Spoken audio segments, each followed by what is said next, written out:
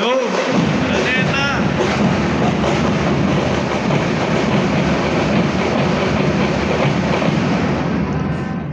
Nakagawan niyo ako ng papel eh. Thank you, thank you. Unang-una po, gusto namin magpasalamat sa lahat ng ating VIPs. Number 1. Number 2, sa ating sponsors. Number 3, sa lahat po ng mga maglalaro ngayong hapon. Maraming salamat po sa inyong lahat. Ang categories po natin, under 11, under 13, under 15, under 17, under 19, and under 21.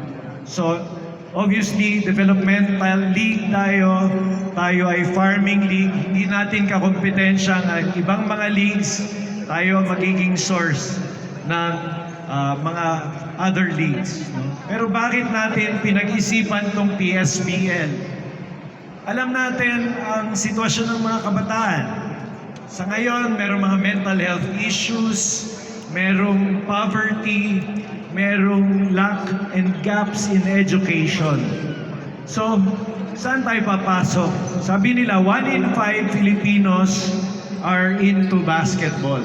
So, our end game is not basketball, but our entry point para po tulungan ng mga kabataan na magkaroon ng isang sustainable youth development program. We have been consistent in the past. We have been advocating for the youth for the last 30 years. 10 years old lang po ako nung nag-umpisa. Pero sa darating na mga araw, itong PSBL, itong Season 1, maraming salamat sa mga nakasama natin. Andiyan ang Pilipinas Dream Team, ang Red Tigers. Kanina po, sumayo mga cool kids. Lahat po ng mga ito, we will be a multi-dimensional basketball league.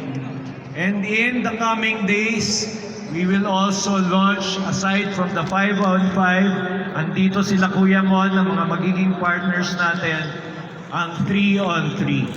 So, hindi na secret. Totoo na.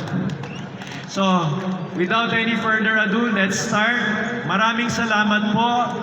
Ang ginagawa natin to, hashtag para sa kabataan, hashtag para sa Diyos, at hashtag para sa bayan. Magandang hapon po sa inyong lahat.